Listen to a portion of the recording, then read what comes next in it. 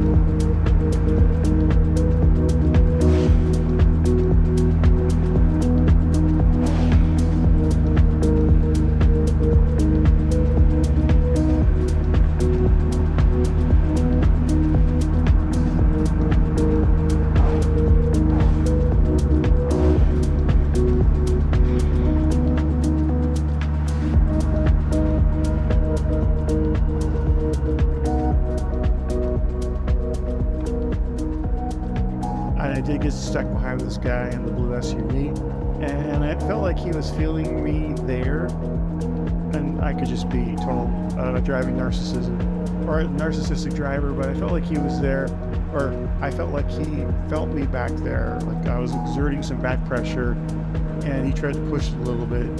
You know, some of the terms, and then some of the terms got a little squirrely, and I just kept thinking, bro, you need to chill out. Bro, chill out, bro. What lane are you in? I mean, you could see that one section, he kind of went all the way over to the other lane for no reason. I'm thinking, hey man, we're not on the Nürburgring. Sometimes I do the same thing, but only when I have a really clear sight line where the road is practically empty. This felt more like, to me, it felt like he wasn't quite paying attention.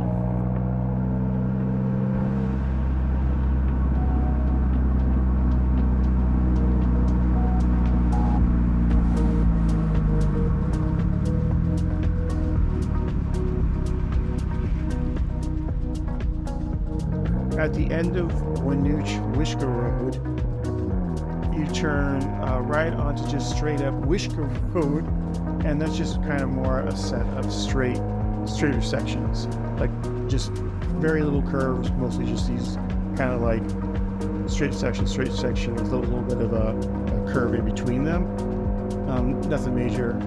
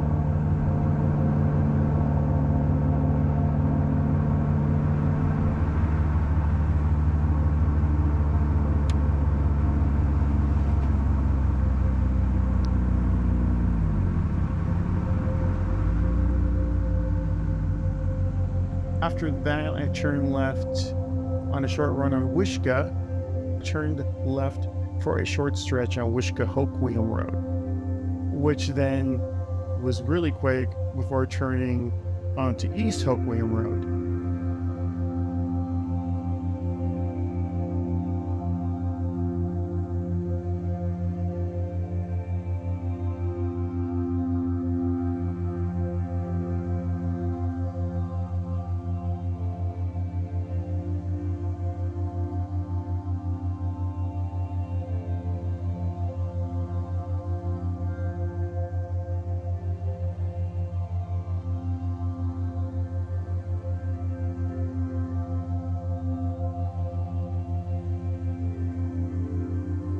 Of course, you get on this road and I'm stuck behind someone, and I was just like, hey pal, don't you realize I'm trying to drive this?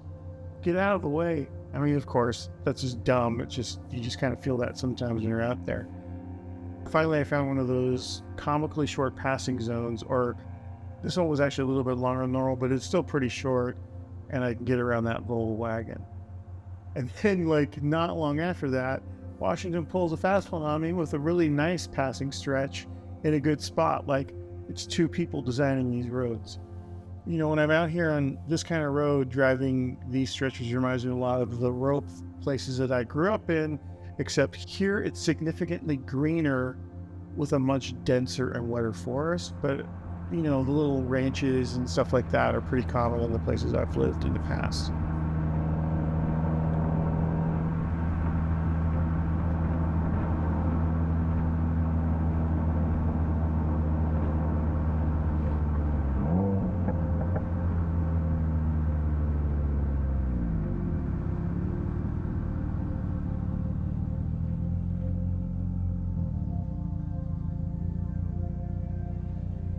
And then once I reached East Hoquiam Road, I head south to, you guessed it, Hoquiam. And that was actually another good surprise. Starts off with a pretty straight bit before bringing out a bunch of back and forth curves with gentle elevation changes. One thing I'm pretty cognizant of, though, when I'm driving out at some of these places, at least on these roads, the last couple of roads, there was a lot of houses and kind of ranchettes. And you just have to be really extra aware of animals and people pulling out of the driveways, or like you saw in the previous video on 106, people walking along the highway. They're pretty remote, and you can open it up a bit, but you can't be crazy. You know, safety first, for sure. I don't, you know, I'm constantly on the lookout for people pulling out, and, you know, take my cues from the environment. And when I'm out there too, I tend not, because you can kind of tell who's local, so I tend not to I make sure that I'm not crawling up the back end of someone. I'll take note of what I'm assuming, you know, they know the road, especially if they pull out of one of these driveways, and how fast they're driving. A lot of times they'll probably drive the road faster than I will because they drive all the time and they know what law enforcement's doing out here, and they're just used to it. I've been in places where people are driving way faster than I probably would have out there, but they're just used to being out there, and they just kind of do it.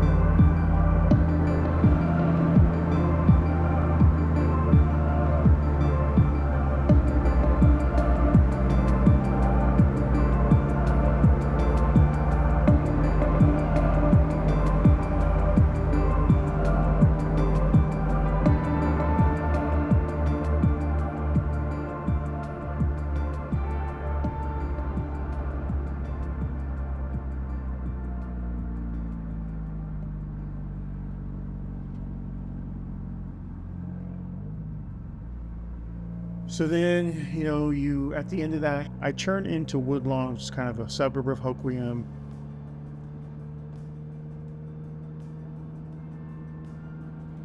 And then from there, you just head straight south before crossing the east fork of the Hoquiam River, entering Hoquiam, and I get back on the 106, where I would continue heading down to Damon Point.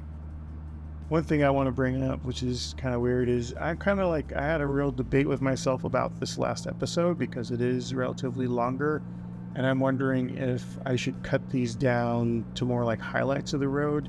It seems like I'm kind of in a weird mini documentary mode for each road, and I guess I feel like they probably might be more engaging and more enjoyable for people if it's just I just cut it into more of the highlights of each road. Like, here's where it is, here's some cool bits of it, and if you should drive it or not, or if I recommend it. But if you're watching this, and I hope that you are, that you make some comments and I can tune the content to those comments. All right, see you out there.